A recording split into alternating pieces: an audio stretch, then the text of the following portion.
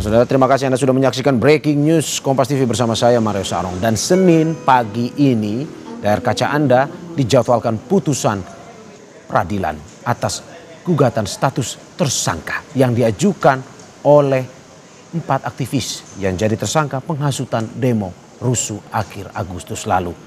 Untuk diketahui saudara, keempat aktivis tersebut adalah Direktur Lokataru Foundation Del Pedro Marhein, staf Lokataru Foundation Muzaffar Salim, admin Gejayan Memanggil, dan mahasiswa Universitas Riau Harik Anhar. Pemohon pra-peradilan melalui kuasa hukum menyatakan penangkapan dan penetapan tersangka terhadap mereka tidak sesuai prosedur dan harus dinyatakan batal demi hukum. Sementara itu, bidang hukum Polda Metro Jaya juga membawa bukti, saksi, dan ahli untuk menguatkan proses yang dijalankan penyidik dalam menjerat Del Pedro dan kawan-kawan adalah sah sesuai prosedur.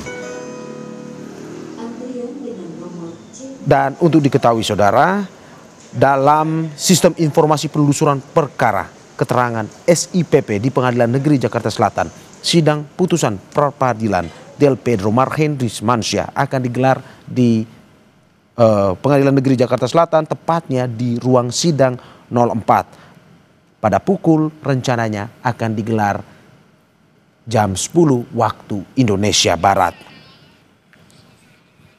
Dan ini saudara, suasana terkini di ruang sidang 04 Pengadilan Negeri Jakarta Selatan, tempat akan digelarnya putusan pra-peradilan terhadap Del Pedro Marhein. Dinyatakan apakah sah penetapan tersangka tersebut ataukah tidak. Hari ini adalah pembacaan putusannya.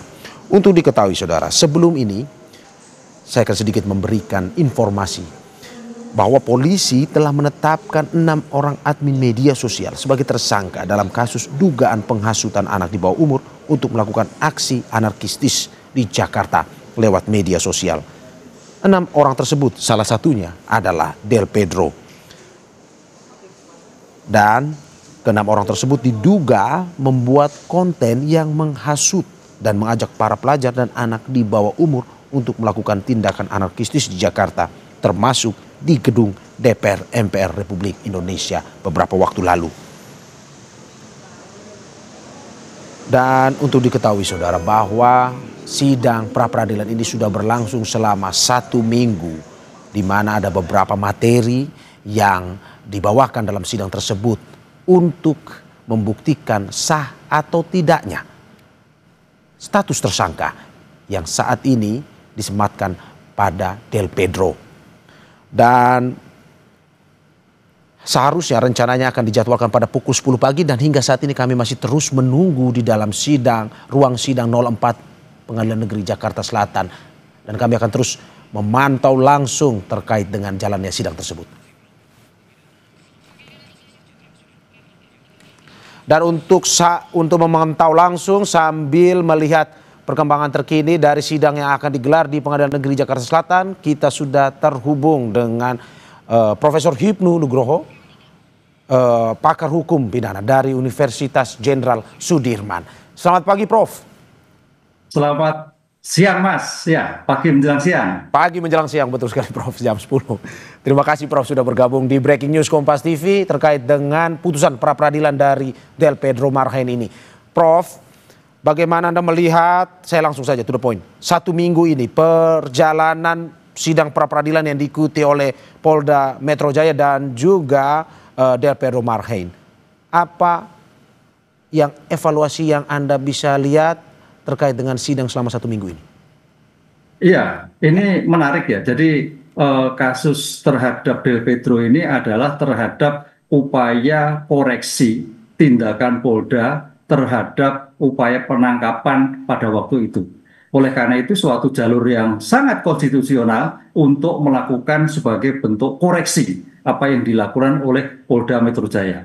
Apa itu? Adalah pra-peradilan. Pra-peradilan adalah sebagai kontrol terhadap upaya paksa, terhadap sah tidaknya penangkapan, penahanan, penghentian penyidikan, penghentian penuntutan, dan yang terbaru adalah penetapan tersangka penggeledahan atau penyitaan. Lah, konteks penetapan tersangka ini adalah sebagai bentuk upaya yang dilakukan di dalam pra-peradilan hari ini.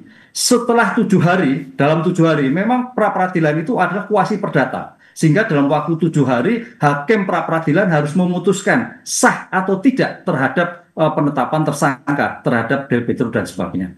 Dengan demikian, kita harus melihat sejauh mana tindakan Polda Metro itu sudah betul-betul melindungi hak asasi manusia.